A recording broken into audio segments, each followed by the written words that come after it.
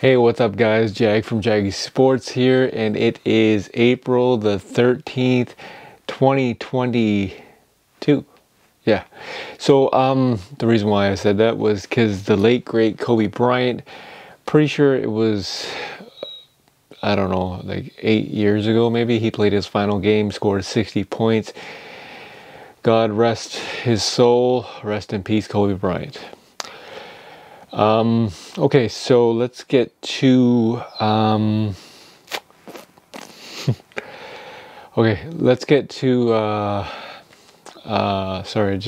it's Kobe Bryant. So let's get to last night. Last night was incredible. Last night, you had, Minnesota taking on the Clippers, and Clippers, I honestly thought they were going to win. 100% I thought they were going to win.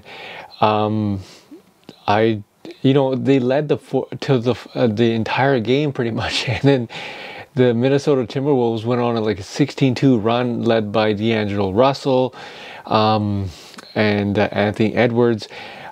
You know, I knew Karl Anthony Towns would have a bad game, and which he did. He only ended up with 11 points, but the biggest thing is I want you guys to check out this clip, and it shows exactly what I'm going to talk about Patrick Beverly jumping up on the stage, doing his thing, whatever, right? And yeah, let's watch this clip from ESPN First Take.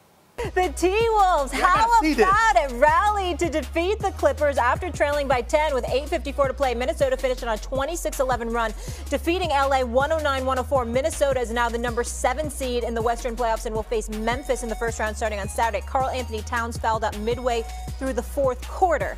Here's Patrick Beverly living his best life. What did you say to your old teammates at the end there when you were standing in front of the bench? Take their ass home. Long flight to LA, take your ass home. You know, it's deeper that for me. You understand? I gave my blood and sweat and tears to that organization. I mean, you guys know the story. Blood, sweat, and tears to just be written off like that. You know, he's injury prone. He's old, this, that. To be able to come here, play them in a play-in, beat their ass. No other feeling, man. No other feeling. All right, before I ask the question, I'm going to let you react again. Can I say he chugged a beer after that? Yeah. He had a beer at the podium. And then I actually get where he's coming from on that part. Sending them home on the bird. Get on the bird. Hold on. I need y'all help on this again. Okay, I watched most of the game. I went back because I had to take care of family matter. I went home. I watched most of the game. I saw the end, but then I turned the channel, okay, because I had other stuff to do. What I'm asking y'all is this. Jay Williams, Tim Legler, the floor is y'all's. Can y'all tell me what I missed after the game last night that you two have been laughing about for the past 20 minutes? Could you explain, what did I miss? Here's what you missed. Okay. And far be it from me, because look, I don't have a lot of long history of playoffs on my resume, but so I get where they're coming from. Right. But here's what you missed. The most entertaining part of the entire night was the 30 or 40 minutes or so immediately after the game. Because the Minnesota Timberwolves showed a little bit, I don't know what you'd say, exuberance over winning the game. I mean, you had dudes running up on top of the scorers table. What? Oh, Patrick Beverly. Pointing to the crowd, taking jerseys off. Throwing his jersey into the crowd. You had family celebrations on the court. You had fireworks, confetti, tears. You had it so much to the extent, Stephen A., and our partners at Turner had the game. When they came to the studio after the game, Shaq had tears coming down his cheeks, and they started playing One Shining Moment. One Shining Moment, and we are the champions. And you had guys like LeBron James tweeting in with 10 laughy face emojis with tears asking if they won the chip. Kyle Kuzma tweeted in, looked like they just won the chip. Chuck said he was going on vacation because the season was over apparently, because they just crowned a champion. This is what you missed after the game. How did you miss it? How did you miss it? Hold on. Is he lying? They played one shining moment? They did Not in the arena. No, TNT. the Turner guys. Yeah, TNT. No, not in the arena. No. In the Turner guys had some fun for about half an hour. You T-bone, you tape or something, and then it cuts right on the game. So I watched the game and they cut it off. That's why you always any of that. You always got to add the extension. You got to extend by 30 minutes. 30-minute extension, rookie move. Come on. Yeah. Second time they've been to the playoffs in 18 years. No, I get it. It was very personal. Get it. Patrick Confetti. Beverly. Get it. The confetti. I got lost in the confetti. The fireworks. I love Minnesota, but I can't. I don't back miss the confetti. anything. I missed that. Look at that. Everybody jumping on the podium. I mean, look, he's going back up, and now the jersey's coming off. Second time there. The jersey's coming off. Why do fans go number one? You're not number one. You're seventh. Listen. You're seventh in the play. That's what you are. You're seventh. With all due respect to Patrick Beverly, they do not win that game last night without Patrick Beverly. Because Karl Anthony Towns was just running through people, put himself in foul trouble to try to get fouled out. I saw that. Fouls out with 7 minutes left in the game. Game in the air. Now, D'Angelo Russell came through in a big way, Anthony Edwards. But Patrick Beverly's defense in the last 7 minutes, there's no way they win the game without what he did. I watched the game when I got home, but again, I don't miss anything.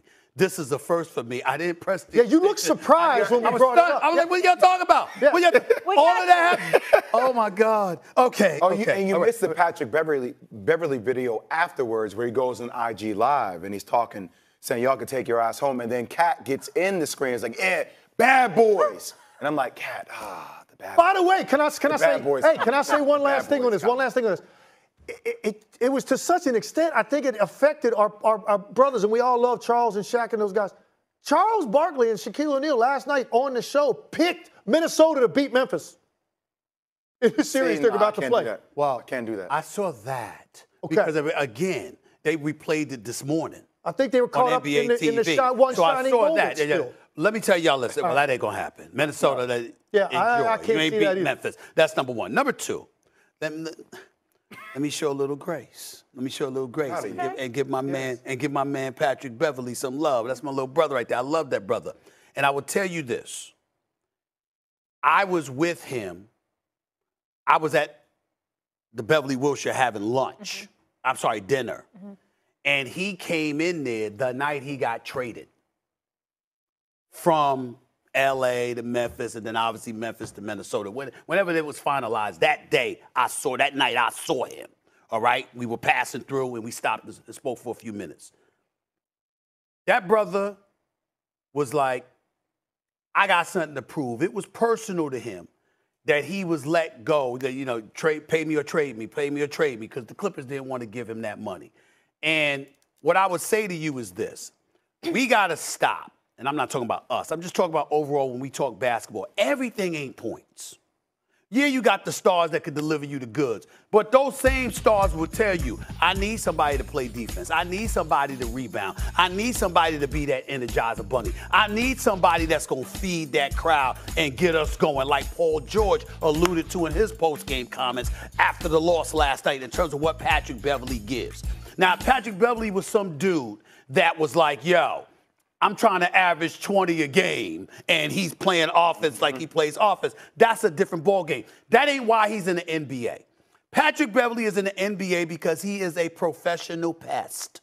He agitates you. He gets you to do things you don't want to do. He gets you out of character. And by the way, whoever he's guarding at money time, I don't want them with the ball. Because he's the kind of guy that has the ability to disrupt you in a key moment. You might be getting at him a lot in the game. But that particular moment when it really, really counts, it's a regular season game and LeBron is pulling up from the right wing for a three and Patrick Beverly strips him. He didn't stop LeBron James that game by any stretch of the imagination, but that one play sealed it. When he was with the Clippers. Last night, Reggie Jackson's got the ball. I don't understand why Reggie Jackson had the ball instead of Paul George. I don't understand why Reggie Jackson had the ball instead of Paul George. Paul George should have had the damn ball for a multitude of reasons, not just because he had 30. Oh my goodness, I don't know what is it. Amber Alert. I apologize. So I don't know why. I don't know why Paul George didn't have the ball because without Kawhi Leonard, you are the star of the team. You are the closer. You should have been the one with the ball in your hand. That's Amber Alerts, people, for those of y'all here in the news. Something's happened out there in the world, so we got that. All I'm telling y'all is that's what the situation is. So, again, Patrick Beverly saying, send ass home.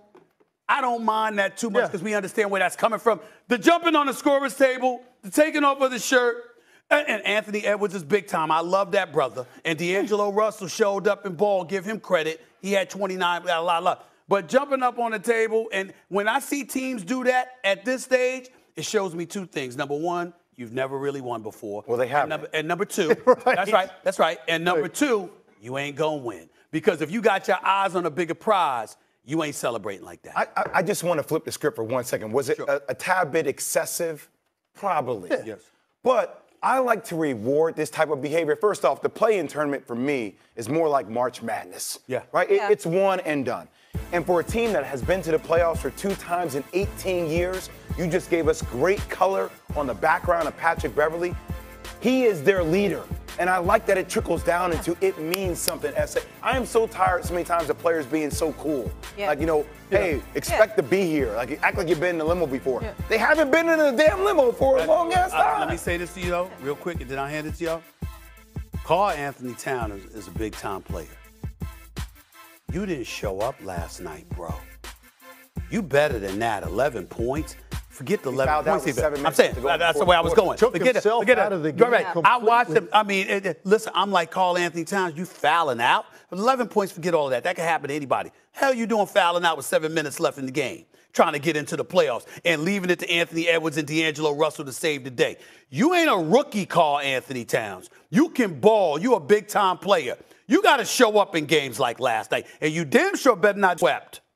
He's got his hands full of Steven Adams in the way they defend. I tell you what, he's lucky they bailed him out, too. They did bail him out. Chris Finch, who just got an extension, left him on the court in the second quarter with 3 fouls. The last guy I can remember on this level of getting his 4th foul in the first half of a playoff game was when Russell Westbrook made it personal with Ricky Rubio the year that they played Utah in the playoffs. And he was picking him up full court and fouling him in the backcourt. Even with 3, and he left him on the floor, and he got 4 that took himself out of the game. And they lost that game, ended up losing that series. So they got bailed out last night because of how well Russell played down the stretch. Anthony Edwards played. And, of course, we said Patrick Beverly, he took on Paul George the last 6-7 minutes. He picked Reggie Jackson's pocket twice. He was, to me, the difference in the game. As long as somebody's making shots, which they had a couple guys. I love Reggie Jackson, but Paul George has to have the ball in his hands in that moment. Yeah. Why are we talking about Kawhi Leonard? When is he going to come back? They said, the reports are saying, there's some reports that are speculating that for the first round for a 7-game series, he could potentially be back. They haven't ruled it out, but they're high. They haven't ruled it out. I'm like, whatever. Real quick, Kawhi Leonard. But before we get to MVP, why did the TNT guys? Why were they picking Minnesota over Memphis? It was amazing. It was almost like they got wrapped up in the moment of what they just saw because of how well D'Angelo Russell played. And I watched that entire discussion amongst those guys, and it didn't start out that way. In fact, Charles's first comment, he said, push comes to shove, I'm picking Memphis. And by the time he finished talking, 2 minutes later, he had picked Minnesota. And, of course, Kenny pointed that out to him, and Ernie pointed it out to him. But it was too late. And then Shaq jumped in, and it was like they were so enamored by what they saw in the young talent.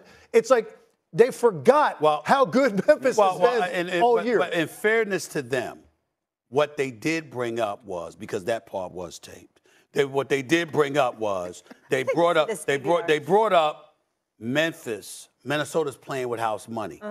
Memphis, for the first time, has expectations placed on their shoulders. But I believe in Memphis. When they say we walking up the chimney, we want all that smoke, I've been in front of these brothers. I believe them. Okay. You don't celebrate after just a win, one win, right? Like, I get it. That's awesome, right? But in their case, in the Minnesota Timberwolves case, I totally understand because they haven't won much games, 100%, and you know, it's rightfully so that they have young talent to get the job done, and you know, D'Angelo Russell, Anthony Edwards, Karl Anthony Towns are huge, but without Patrick Beverly, this does not happen. I'll tell you why. Because they were like this last year, but they didn't have an identity. Once Patrick Beverly came on board, he brought that kind of intensity. And I know everybody calls him a pest and whatnot, but he also brings passion. He also brings the fire. And that is something that you want to see in a young crew. So shout out to the individual GM for bringing Patrick Beverly on board. Smart move. I know he's a pest. I know he's a pest, 100%, but you want that pest on your team. You want that intensity on your team. And you know what I mean? Like, he got revenge over the Clippers, and you know, he started crying after. He just showed his passion. And if you guys know his story, I know his story. If you guys know, if you don't know his story, make sure you Google it. Make sure you do your research on it, and you know, and you understand where he's coming from. So I actually give kudos to Patrick Beverly. There's a lot of memes out there, you know, making fun of him, but I thought it was actually good. I actually thought what he did yesterday for that crew was phenomenal. What am I thinking moving forward? Yeah, moving forward, Memphis versus Minnesota. And then I can't really speak on the Clippers yet because they're playing, I don't even know who they're playing, right? So tonight, they're playing the winner of the Spurs and the Pelicans. So we don't know what's going to happen. I like Clippers' chances. I think Clippers will get the 8th seed, and they would move on to face Phoenix Suns, and Kawhi Leonard will be back. According to the clip and everything that I've heard, Kawhi Leonard is amping up to return in the first round of the playoffs. Not sure when, but we'll see. Tell me what you guys' thoughts are on last night. Was it justifiable for Minnesota to have that kind of win and to celebrate afterwards? This is Jag from Jaggy Sports.